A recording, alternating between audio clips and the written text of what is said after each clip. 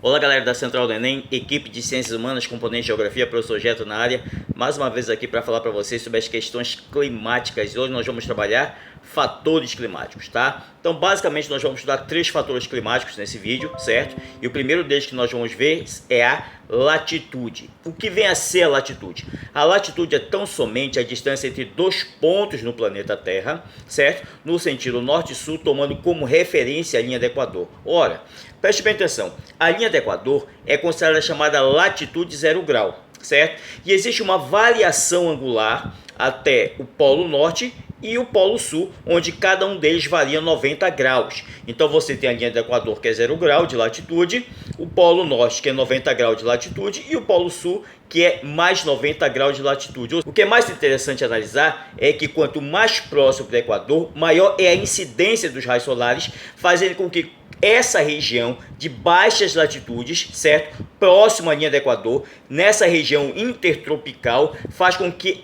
a temperatura seja elevada, ao passo que no contraponto desse contexto, nós vamos perceber que quanto mais próximo das regiões polares ou regiões glaciais, você vai ter uma latitude maior e uma temperatura menor. Isso significa dizer que quando você está próximo ao Equador, você está numa região que recebe com maior incidência os raios solares. E à medida que você vai se distanciando do Equador em direção às regiões polares, você vai tendo um aumento da latitude e, consequentemente, uma queda de temperatura. Ou seja, é como se fossem grandezas inversamente proporcionais. Quanto menor a latitude, maior a temperatura. E quanto maior a latitude próximo dos polos, menores são as temperaturas, ok? O segundo fator climático que nós vamos ver é uma situação intrigante, porque se eu perguntasse para vocês agora, é possível numa região próximo ao Equador ou em regiões tropicais, onde a incidência do raio solar é muito grande, de latitudes baixas, haver a formação de neves?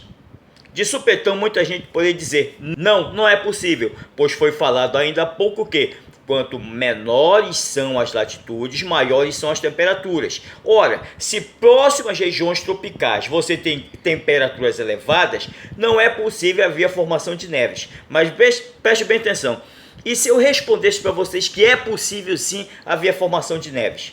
Certo? Estaria errada a resposta? Não, simplesmente teria, no caso, uma resposta correta. Agora, veja bem, não se trata da latitude como fator preponderante para responder essa pergunta. Aí nós temos que partir para outro fator climático, que é a altitude. Ou seja, próximo à linha do Equador, sim, é possível, desde que esteja numa elevada altitude, haver a formação de neves. Aí nós temos justamente aí o que?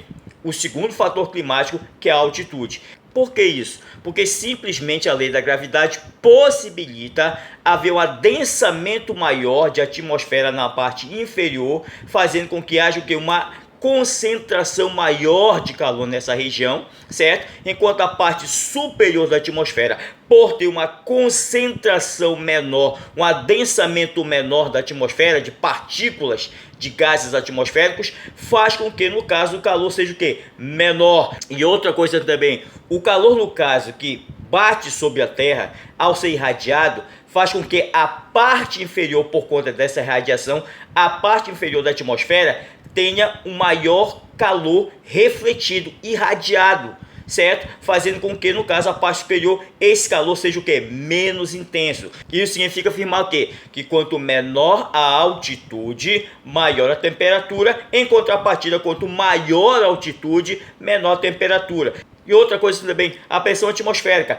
A coluna de ar, ela passa a ser muito mais densa e exercer uma pressão maior na parte inferior da atmosfera, certo? Em contrapartida, você tem uma pressão menor dessa coluna de ar na parte superior, a chamada pressão atmosférica. Então, veja bem, na parte inferior da atmosfera, além de você ter uma maior pressão atmosférica, você tem também um maior adensamento de partículas da atmosfera, fazendo com que justamente atraia mais calor e fazendo com que a parte superior, tendo reduzidas parcelas dessas partículas da atmosfera, e uma menor pressão atmosférica faz com que, no caso, a questão do calor seja menos atrativo, tá ok? E o terceiro fator climático que nós vamos ver aqui são as massas de ar.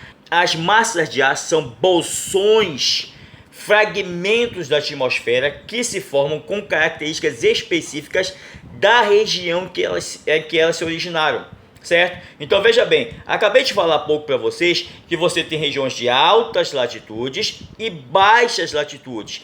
Quais são as regiões de altas latitudes? As regiões próximas aos polos.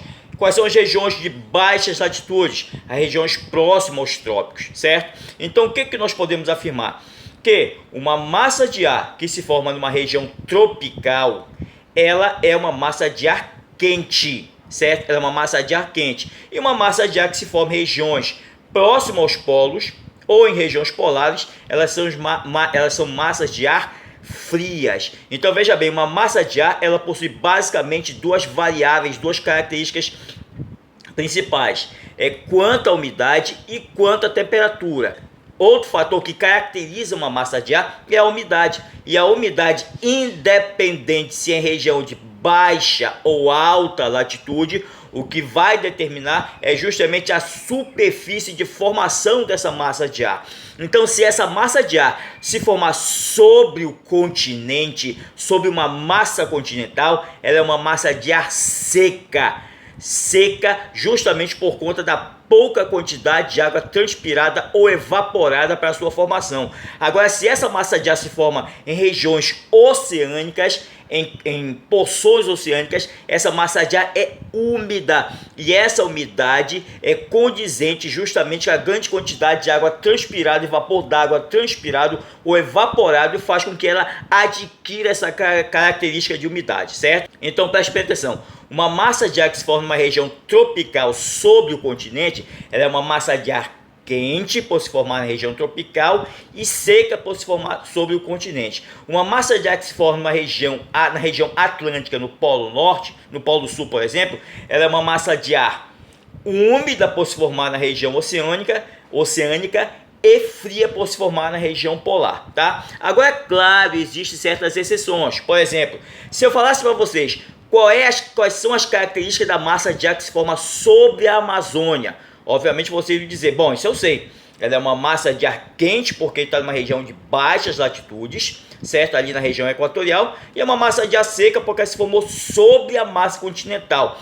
Nesse caso específico da Amazônia, essa massa de ar que se forma sobre ela é uma massa de ar úmida, mesmo sendo formado sobre o continente, em decorrência justamente da grande massa vegetal, da grande floresta equatorial, que faz com que haja uma transpiração imensa de umidade, condizendo com a questão do fato da massa de ar aí ser bastante úmida. Então nesse caso é uma exceção, tá, pessoal? E é isso aí, pessoal, são os 3 fatores climáticos desse vídeo. Espero que você tenha assimilado, tenha aprendido e que seja condizente na sua aprendizagem para que você possa fazer uma excelente prova no dia da avaliação do Enem. É isso aí, valeu, muito obrigado. Geografia em ação, valeu!